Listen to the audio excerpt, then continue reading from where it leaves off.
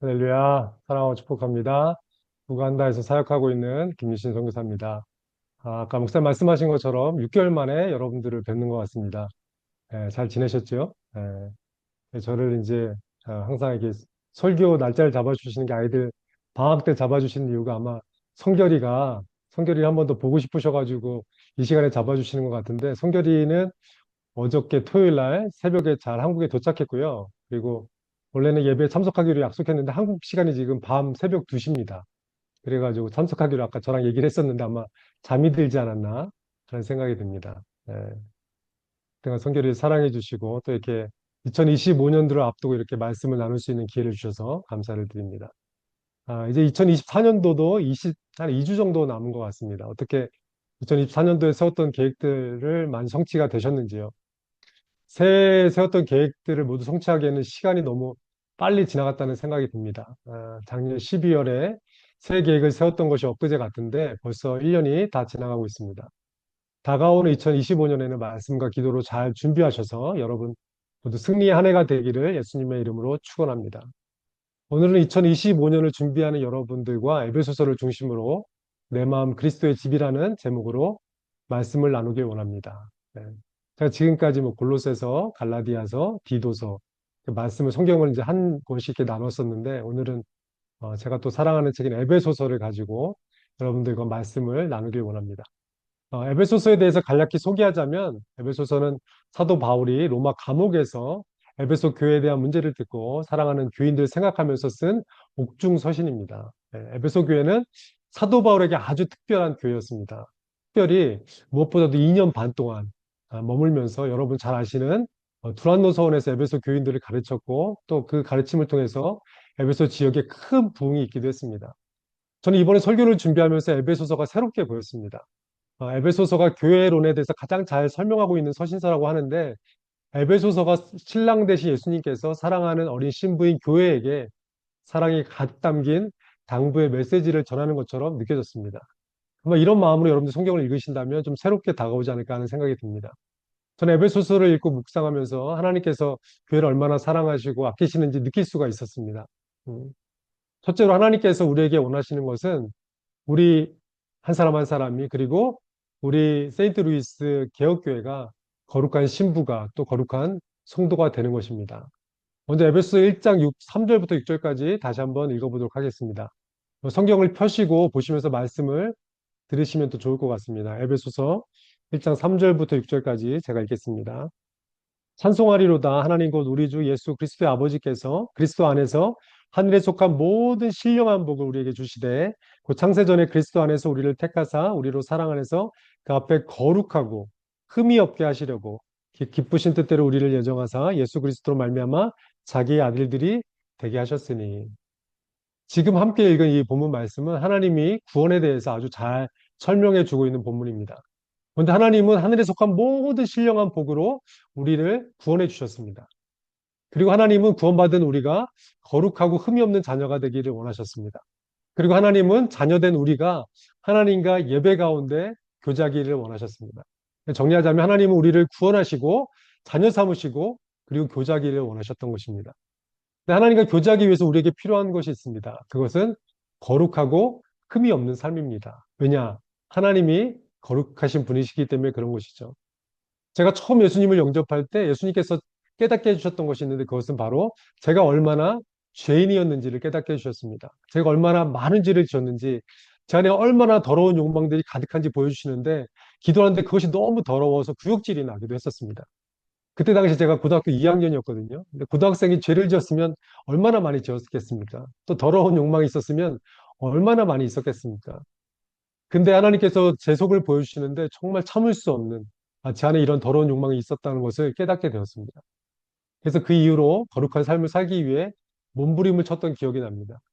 그런데 우리의 힘으로는 그 거룩한 삶을 도저히 살 수 없다는 것을 저와 여러분이 너무나도 잘 알고 계시죠. 그래서 하나님께서 우리에게 성령을 보내주셨고 우리의 성품을 변화시켜 주시고 우리의 마음과 생각을 변화시켜 주시고 계십니다. 하늘에 속한 모든 신령한 복을 이미 우리에게 주셨다라고 말하고 있습니다. 우리가 회개하고 주님께 나아가기만 한다면 주님은 우리를 변화시켜 주실 줄로 믿습니다. 하나님께서 구원받은 우리에게 기대하시는 것은 거룩하고 흠이 없는 삶을 살아가시는 것입니다. 거룩한 하나님의 자녀로서 정결한 예수님의 신부로서 세상에서 빛과 소금으로 살아가기를 원하시는 것이죠. 그런데 에베소 성도들의 삶은 거룩하지도 정결하지도 않았습니다. 에베소 교회 성도들은 대부분 유대인이 아니었습니다. 이방인들도 있었습니다. 다른 말로 하면 그들은 모태신앙이 아니라 우상숭배하며 세상의 향락에 빠져 살던 바울의 전도로 성인이 되어서 예수 믿고 갓 구원받은 사람들이 많이 있었다는 것입니다. 음. 예수님을 믿는다고 신앙을 고백하지만 아직 그들의 삶은 거룩한 삶을 살아내지 못하고 있었던 것이죠. 아직 그들의 신앙과 삶이 일치하지 않는 삶을 살고 있었던 것입니다. 네. 제가 대학 시절에 교회 다닐 때 성가대가 성가대 가운을 입고 찬양하는 모습을 보면 천사들이 내려와서 찬양하는 것 같았습니다. 그 중에서도 특별히 솔로로 찬양하는 한 여자 집사님이 계셨는데 성가대에서 찬양하는 모습이 너무 은혜가 되었습니다. 표정도 너무 밝으시고 성령 충만한 모습으로 늘 찬양을 하셨습니다. 그것이 제 기억에 굉장히 인상적으로 남았었습니다. 그러던 어느 날 제가 이제 예배당을 지나가는데 예배당 입구에서 한 아이 엄마가 아이를 엄청 때리는 것이었습니다. 예. 아이를 크게 야단치면서 아이의 엉덩이와 등을 막 때리는데 아이는 울고 불고 그 아이 엄마는 더 화가 나서 소리치면서 때리는 것이었습니다. 아이가 무슨 잘못을 했는지 모르겠지만 그 아이 엄마는 짜증과 화가 아주 충만한 모습이었습니다. 근데 자세히 보니까 그 아이 엄마는 바로 제가 성가대에서 솔로로 찬양하시면서 은혜 받았던 바로 그 여자 집사님이셨던 것입니다. 저는 그때 충격을 받았습니다. 어떻게 이렇게 성령 충만한 얼굴에서 저렇게 환하고 짜증나고 일그러운 모습이 나올 수 있을까? 아, 그런 생각이 들었습니다. 그 제가 아는 어떤 목사님이 이야기하는 걸 제가 들은 적이 있습니다. 어느 날 대학생 아들이랑 이야기하는데 대학생 아들이 이랬던 것입니다. 아빠는 강대상에서 내려오지 마세요. 그냥 강대상에서 사세요. 그 아빠가 아들한테 물어봤습니다. 왜 그러냐고. 아빠는 강대상에서 그렇게 은혜가 충만하고 사랑으로 설교하시면서 집에만 오면 우리에게 잔소리하고 짜증내고 간섭하고 다른 사람이 된 것 같다고 그냥 강대상에서 사시라고 이야기했다는 것입니다.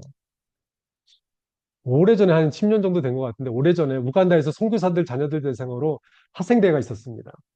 한 아이가 엄마 얼굴을 그렸는데 선교사님들이 그 그림을 보고 깜짝 놀랐습니다. 너무 잘 그려서 아닙니다. 그 아이가 엄마 얼굴을 그렸는데 그 엄마 얼굴을 붉은 악마의 얼굴에 머리에 뿔이 달려있게 그린 것입니다. 예. 그 아이 생각에는 선교사인 엄마가 뿔 달린 악마처럼 보였던 것 같습니다. 그 선교사님은 얼굴이 빨개져가지고 얼쩔 줄 몰라 하시는 모습이 아직도 기억이 납니다. 예. 설교를 준비하면서 하나님께서 저에게 반복해서 주셨던 마음은 무엇이었냐면 거룩한 신부가 되라. 거룩한 신부가 되라.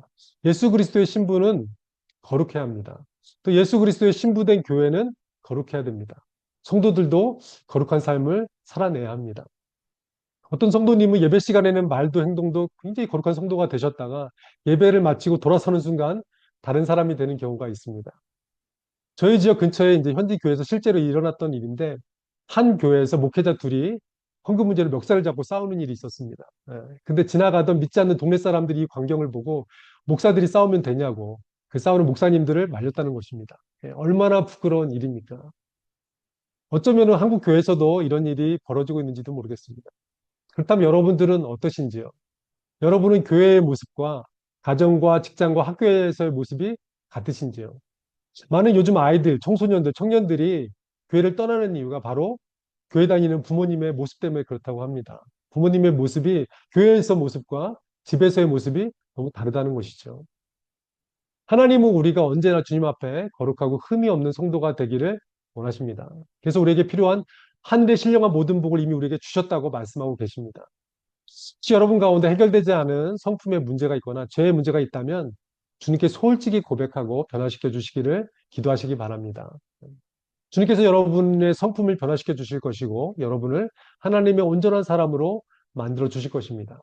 하나님은 여러분이 교회에서뿐만 아니라 가정과 사회에서도 빛과 소금이 되기를 원하십니다.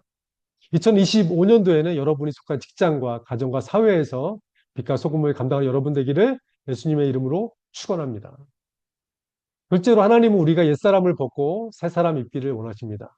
한번 찾아볼까요? 에베소서 4장 22절부터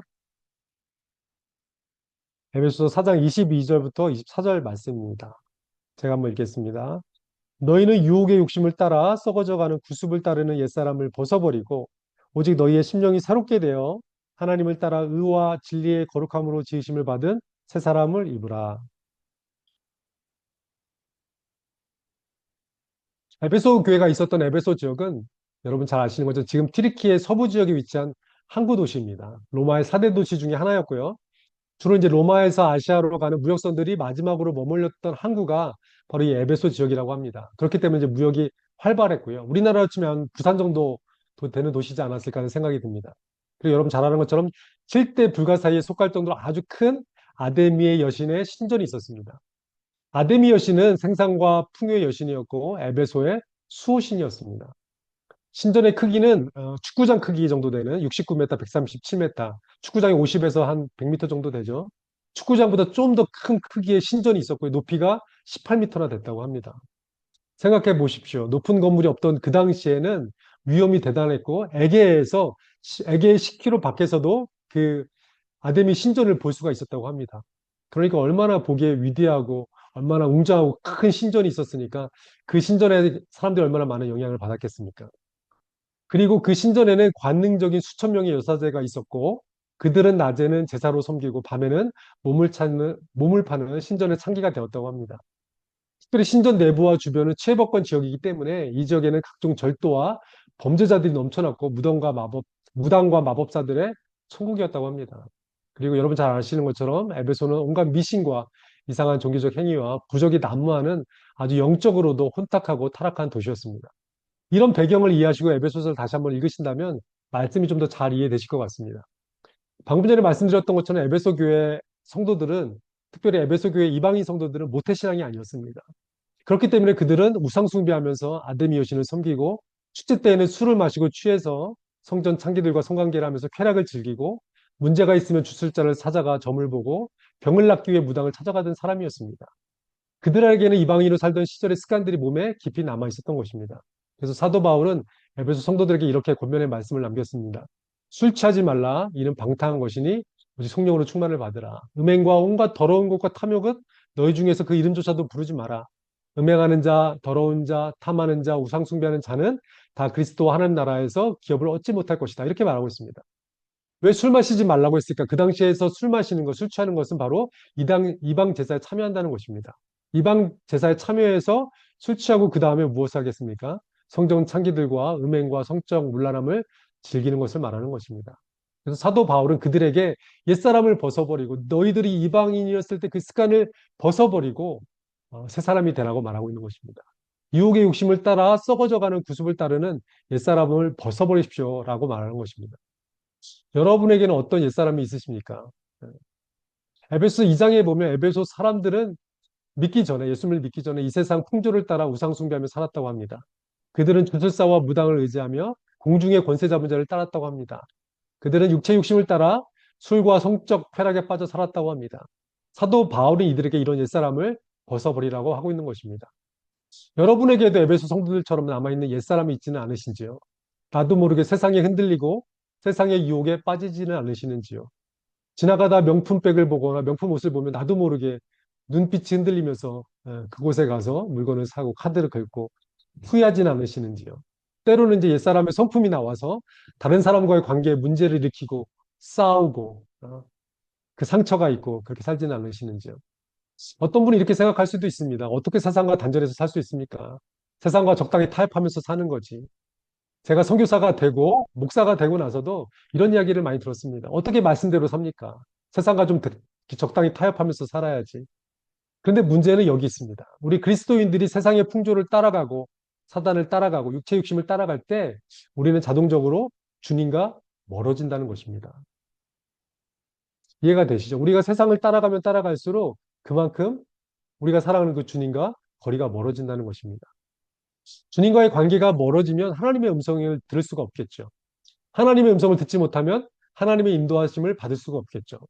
하나님의 인도하심을 받지 못하면 하나님의 뜻을 알 수가 없겠죠. 많은 사람들이 불평합니다. 하나님의 뜻을 알 수가 없다고. 하나님의 말씀하시지 않는다고. 그렇지 않습니다. 하나님의 뜻을 알기가 어려운 것이 아니라 내가 하나님과의 관계가 너무 멀어졌기 때문에 그런 것입니다. 하나님은 항상 우리에게 말씀하고 계십니다. 하나님은 성경을 통해서 또 오늘 이렇게 설교 말씀을 통해서 환경을 통해서 여러 가지 방법으로 우리에게 실시간으로 말씀하고 계십니다. 우리가 듣지 못하는 것은 우리가 하나님과의 관계가 멀어져 있기 때문에 그런 것입니다. 우리가 하나님과 가까운 관계라면 하나님의 음성을 들을 수 있고 하나님의 인도하심을 받을 수 있고 하나님의 뜻을 알 수 있는 것입니다. 우리가 세상을 따라가면서 육체 유심을 따라 살아갈 때 예수님과 멀어지고 우리 안에 성령님이 소멸되는 것입니다.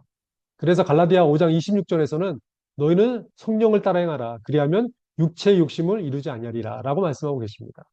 혹시 여러분 가운데 옛날에 나쁜 습관을 끊지 못하신 분이 있지는 않으십니까? 오늘을 계기로 옛사람을 버리고 새사람 입는 여러분 되기를 예수님의 이름으로 축원합니다.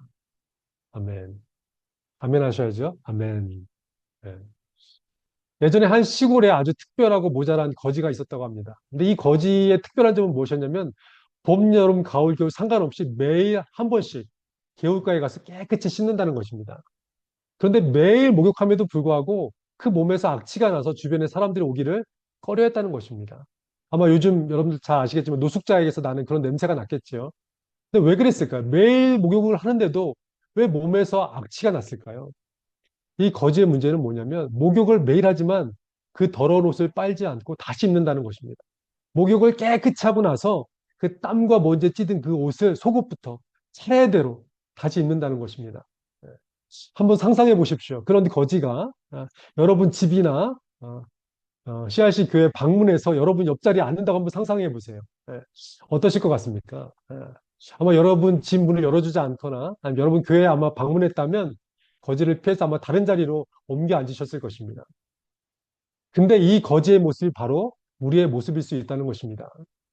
예배를 통해서 말씀을 통해서 해결과 용서를 통해서 우리는 깨끗해졌는데 교회를 나설 때면 다시 세상에서 입던 그 더러운 옛사람의 옷을 다시 입고 나간다는 것입니다.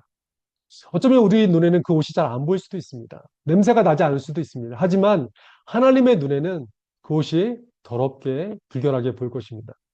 계시록 3장에 보면 예수님께서 라오디게아 교회를 책망하시면서 이런 말씀을 하십니다. 네가 말하기를 나는 부자라 부유하여 부족함이 없다라고 말하는데 내 곤고함과 가련한 것과 가난한 것과 눈먼 것과 벌거벗은 것을 알지 못하느냐 이렇게 말하고 있습니다. 우리 눈에는 좋은 옷, 깨끗한 옷을 입으면 괜찮게 볼지 모르지만 하나님의 눈에는 가난하고 벌거벗고 더러운 옷을 입은 것처럼 보일 수도 있다는 것입니다.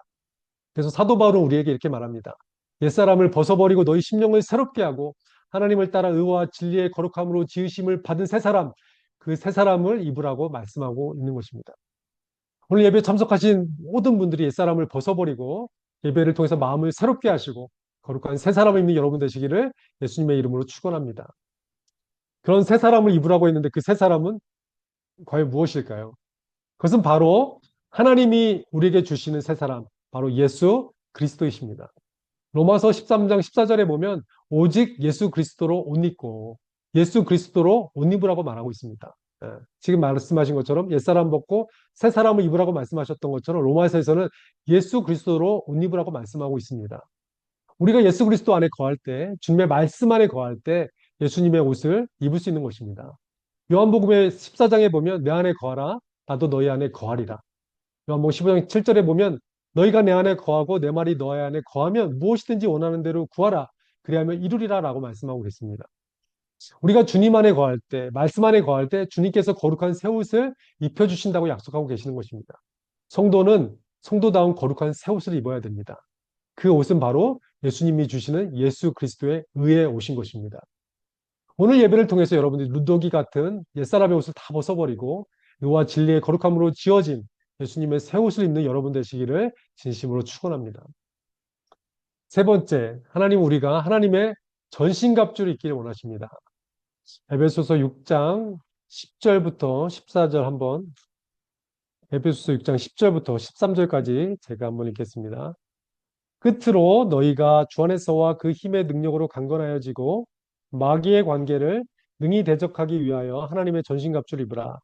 우리의 씨름은 혈과 육을 상대하는 것이 아니요 통치자들과 권세자들과 이 어둠의 세상 주관자들과 하늘에 있는 악의 영들을 상대함이라. 그러므로 하나님의 전신갑주를 취하라. 이는 악한 날에 너희가 능히 대적하고 모든 일을 행한 후에 서기 위함이라. 눈에 보이든 보이지 않든 성도의 삶에는 영적 전쟁이 있습니다. 특별히 선교지에는 영적 전쟁이 더욱 치열합니다.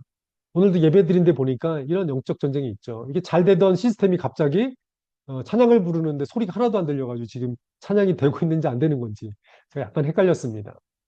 근데 오늘도 제가 이제 어, 6개월 전에도 이 컴퓨터로 다 테스트하고 줌을 했었는데 갑자기 제가 줌을 켰는데 갑자기 이 스피커가 작동을 안 한다는 것입니다. 그래서 막 불이 났게 막 지금 그래서 제가 이어폰을 끼고 이어폰 마이크로 지금 설교를 하고 있는데 갑자기 이런 일이 생기기도 합니다. 단기팀을 데리고 사역지에 가서 사역을 하는데 갑자기 앰프가 고장이 나기도 합니다. 그리고 지나가는 길에 차가 펑크가 나기도 하고 최근에 2주 전인가 3주 전에 최근에 어떤 한 선교사님 단기팀이 오기로 했는데 그 단기팀을 맞으러 가는 길에 교통사고가 나가지고 크게 사고를 당하신 적이 있습니다. 이런 것처럼 우리 눈에 보이든 보이지 않던 우리가 의식하든 의식하지 않던 영적 싸움이 굉장히 치열합니다. 특별히 이제 이 우간다 같은 경우에는 이 무당들이 굉장히 많이 있는데 누가 새로 교회를 개척하면 그 주변에 있는 무당들이 와가지고 닭이나 짐승의 피를 교회 주변에 이렇게 다 뿌립니다. 그러면서 그 교회를 저주합니다. 그래서 그걸 무서워해서 도망가는 목사님들도 많이 있다고 합니다. 이런 것처럼 선교지에는 특별히 여러분 우리의 삶 가운데는 보이든 보이지 않든 영적 전쟁이 많이 있습니다. 그래서 우리는 그 영적 전쟁 때문에 전신갑주를 입어야 되는 것이죠. 근데 성도님도 이렇게 생각할 수도 있습니다. 영적 싸움을 한다고 이렇게까지 중무장을 해야 하나? 전신갑주를 이렇게까지 입어야 되나? 이렇게 생각할 수 있습니다. 머리에는 구원의 헬멧, 가슴에는 의의 흉배, 허리에 진리의 허리띠, 발에는 복음의 군화, 손에는 믿음의 방패와 성령의 검. 생각만 해도 거추장스럽고 무겁게 느껴질 수 있습니다. 제가 이렇게 인터넷에 찾아보니까 그 소방수의 그 소방관의 방화복과 기본 장비 무게가 보통 27kg 정도 된다고 합니다. 27kg면 보통 초등학교 3학년 학생들의 평균 몸무게가 27kg라고 하더라고요.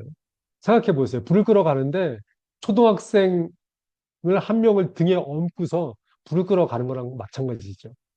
근데 그 무거운 방화복을 입는 이유가 있습니다. 그것은 그 방화복이 소방관의 생명을 지켜주고 소방관의 임무를 수행하는 것을 도와주기 때문에 무겁지만 그 방화복을 챙겨 입고 도구들을 챙겨가는 것이죠. 마찬가지로 우리도 영적인 전신갑주를 입어야 합니다. 왜 입어야 할까요? 오늘 말씀 보면 장 11절에 보면 마귀의 관계를 대적하기 위하여 우리는 전신갑주를 입어야 한다고 합니다. 우리가 전신갑주를 입고 있으면 마귀의 전략을 꿰뚫을 수가 있습니다. 그래서 마귀에게 속지 않고 마귀와 싸워 이길 수 있습니다. 그래서 제가 이제 이것을 알고 나서부터는 선교지에서 단기팀이랑 이제 사역을 하러 갔는데 뭐 앰프가 안 되거나 문제가 생겨도 뭐 이런 일이 있구나 하고 긴장하지 않고 가볍게 넘깁니다. 사실 아프리카에 있는 우간다에 있는 현지인들도 이런 거 익숙해져 있기 때문에 마이크 없이 소리 없이 그냥 율동만 쳐도 충분히 이해합니다. 예전 같았으면 긴장하고 막 그랬을 텐데 지금은 사단이 또 뭐 하나 보다 무시하고 넘어가면 또 하나님이 하신 일을 볼 수가 있습니다. 우리가 영적인 전신갑주를 입으면 사단이 우리를 공격해 올 때 그것을 느낄 수가 있고 그것을 지혜롭게 방어하고 대처할 수 있는 것입니다. 두 번째로 우리가 전신갑주를 입어야 하는 이유는 에베소 4장 27절에 보면 마귀에게 틈을 주지 말라고 말씀하셨습니다. 왜냐하면 마귀가 호시탐탐 우리의 빈틈을 노리고 있기 때문에 그렇습니다. 여러분 잘 아는 것처럼 다윗과 골리앗의 이야기를 아시죠? 골리앗도 다윗과의 싸움에서 투구도 쓰고 갑옷도 입고 심지어는 무릎에다가도 이런 장신구를 하고 있었습니다. 그럼에도 불구하고 다윗이 던진 물맷돌에 이마를 맞고 죽음을 맞이하게 되었습니다. 왜 그렇습니까? 방심해서 그런 것이죠. 그리고 투구를 쓰고 갑옷이 있었지만 그에게는 빈틈이 있었던 것입니다. 그래서 다윗이 던진 물맷돌에 이마를 맞고 죽을 수밖에 없었던 것이죠. 또 베드로전서 5장 8절에 보면 이런 말씀이 있습니다. 근심하라 깨어라 너희 대적 마귀가 우는 사자같이 두루다니며 삼킬 자를 찾나니 마귀가 사자처럼 으르렁거리면서 먹잇감을 찾아다니고 있다는 것입니다. 우리가 틈을 보인다면 어디선가 달려와서 통째로 삼켜버릴지도 모르는 것입니다. 우간다에는 들개가 참 많이 있습니다.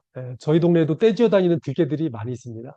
그래서 저희가 저녁 식사하고 나서 저녁에 이제 걷기 운동을 한 45분 정도 하는데 그때마다 양손에 돌멩이를 들고 다닐 때가 있습니다. 왜냐하면 들개들이 주변에서 어슬렁거리면 돌을 던져서 그 들개들을 쫓아내야 되기 때문에 그렇습니다. 제가 훈련하는 목회자들 중에 돼지를 키우는 샘 목사라는 사람이 있습니다. 3주 전에 이제 제자 훈련하고 저희 집에서 만나서 이제 교제를 하는데 그 샘 목사님이 하시는 말씀이 이겁니다. 돼지 3마리가 있었는데 어느 날 갑자기 다 사라졌다는 것입니다. 알고 봤더니 들개들이 와서 그걸 다 잡아먹었다는 것입니다. 돼지우리가 있긴 했는데 틈이 있어가지고 들개들이 그리로 들어와서 돼지 새끼들을 물어가서 잡아먹었다는 것입니다. 처음에는 이 사실을 알고 너무 낙심이 돼서 기도하고 있는데 갑자기 하나님께서 이런 말씀을 주셨다고 합니다.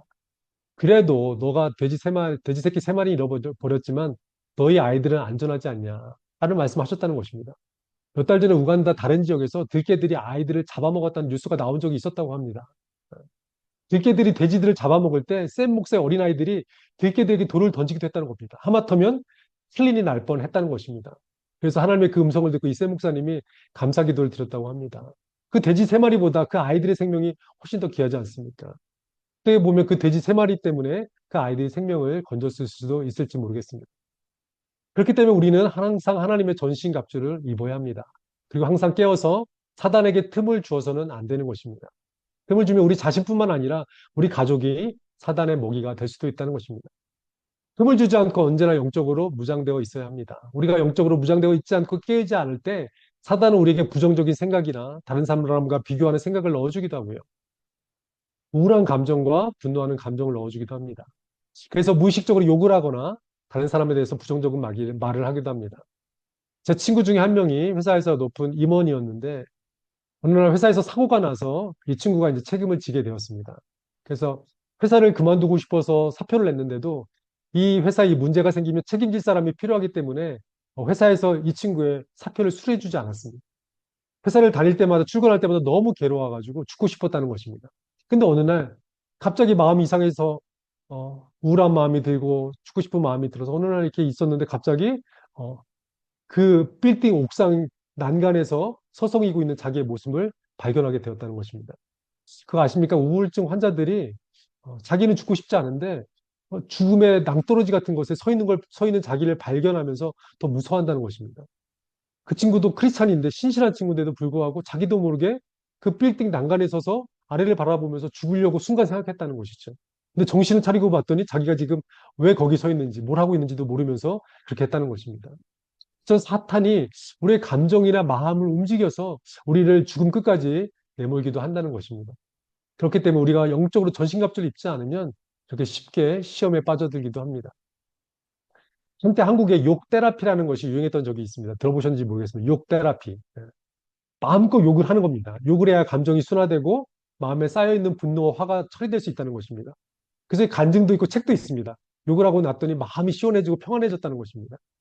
그런데 문제는 치유됐다는 사람들이 다시 욕 테라피에 가서 또 욕을 한다는 것입니다. 그분들이 얘기하는 게 뭐냐면 예수님도 이 사단아 자식들아, 이 독사의 자식들아 이렇게 욕을 하셨고 다윗도 원수들에 대해서 시편에서 저주했다는 것입니다. 그래서 우리도 그렇게 욕을 해야지 내적인 치유가 일어난다는 것입니다. 그러나 사도 바울이 이렇게 말합니다. 더러운 말은 입 밖에도 내지 말라. 5장 3절에 보면 음행과 온갖 더러운 것과 탐욕은 너희 중에서 그 이름조차도 부르지 말라. 욕이나 음담패설은 입 밖에도 내지 말라는 것입니다. 왜? 그런 것이 우리의 마음이나 생각을 더럽힐 수 있기 때문입니다. 그런 것이 우리의 마음에 흠을 줄 수 있기 때문에 그런 것입니다. 그래서 사도 바울이 말하기를 욕하는 것 대신에 더러운 말 하는 것 대신에 덕을 세우는 선한 말을 해서 다른 사람에게 은혜를 끼치라고 말하고 있습니다. 또 5장 18절에도 보면 술 취하지 말라 이는 방탕 것이니 오직 성령으로 충만을 받으라고 말합니다. 우리가 술 취할 때 사단에게 틈을 주기가 쉽습니다. 왜 그렇습니까? 술에 취하면 이성을 잃기 때문에 이성을 잃기 때문에 사단에게 틈을 줄 수 있습니다. 취중에 실수하고 술이 깨고 나서 후회하는 사람들 많이 봤습니다.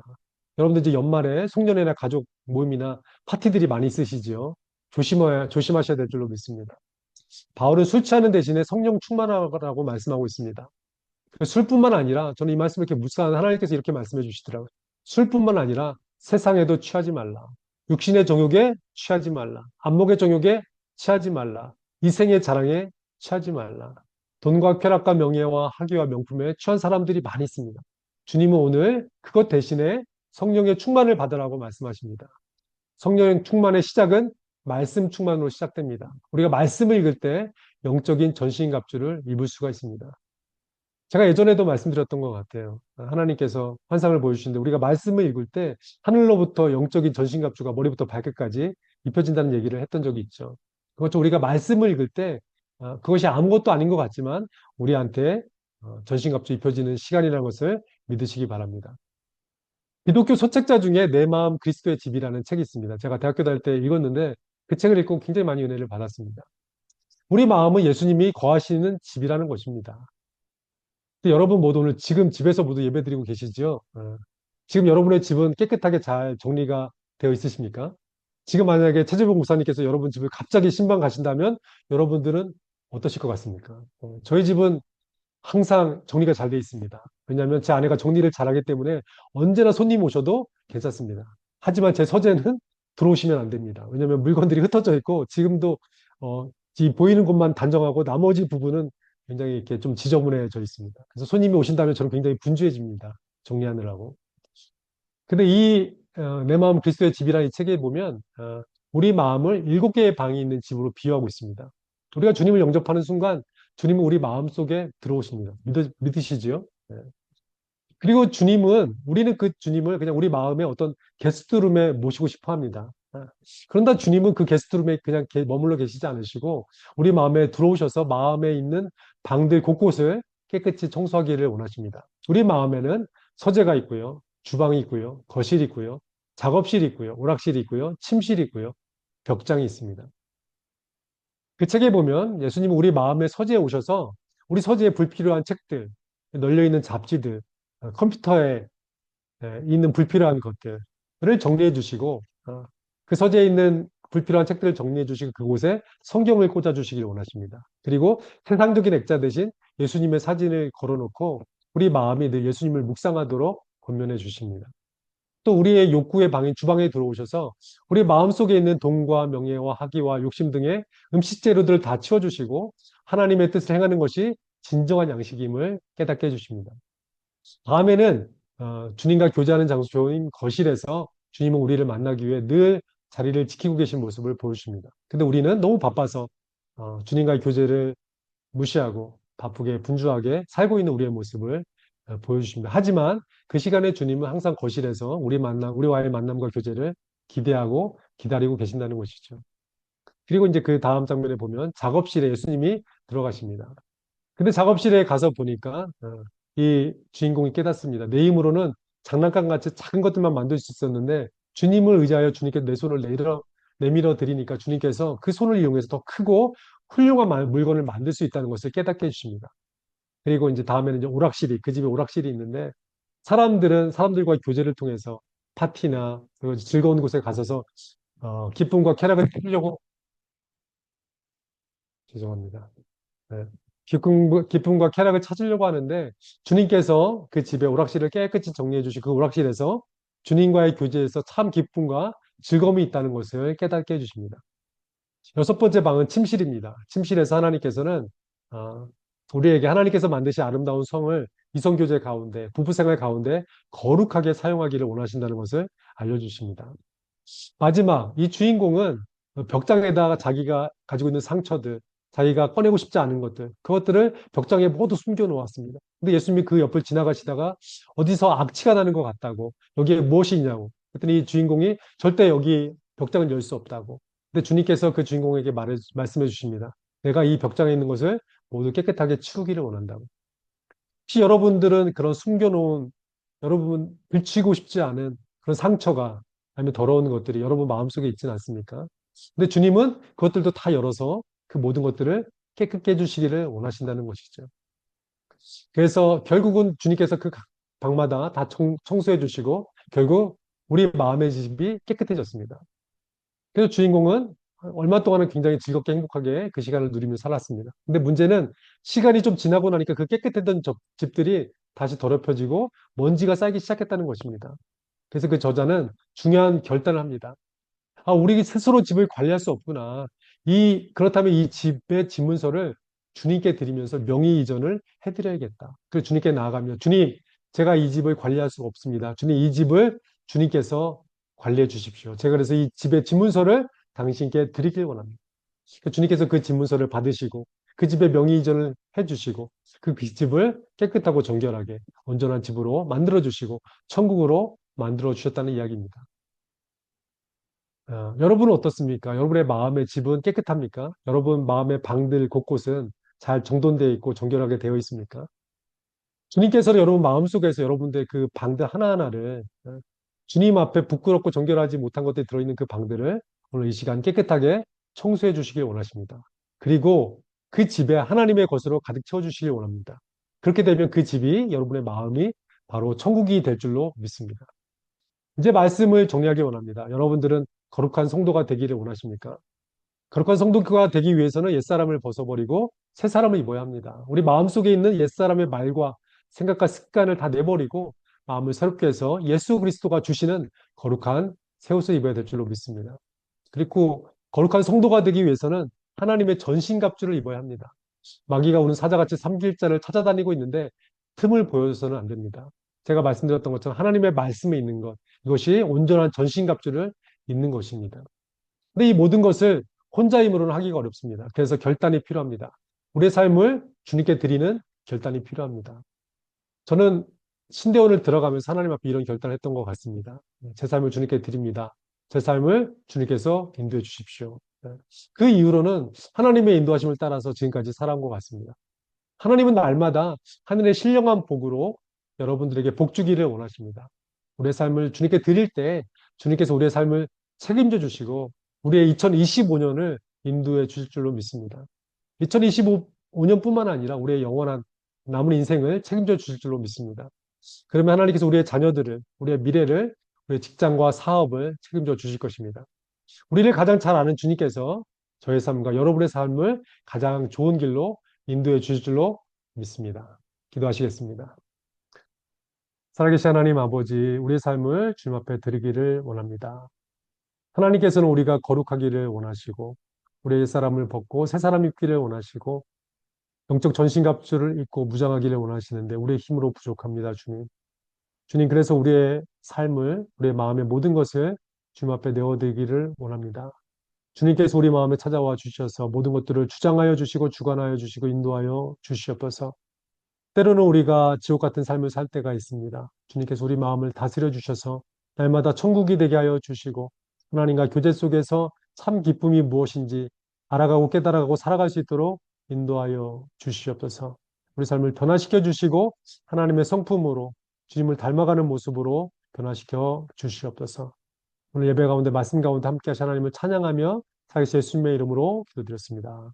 아멘.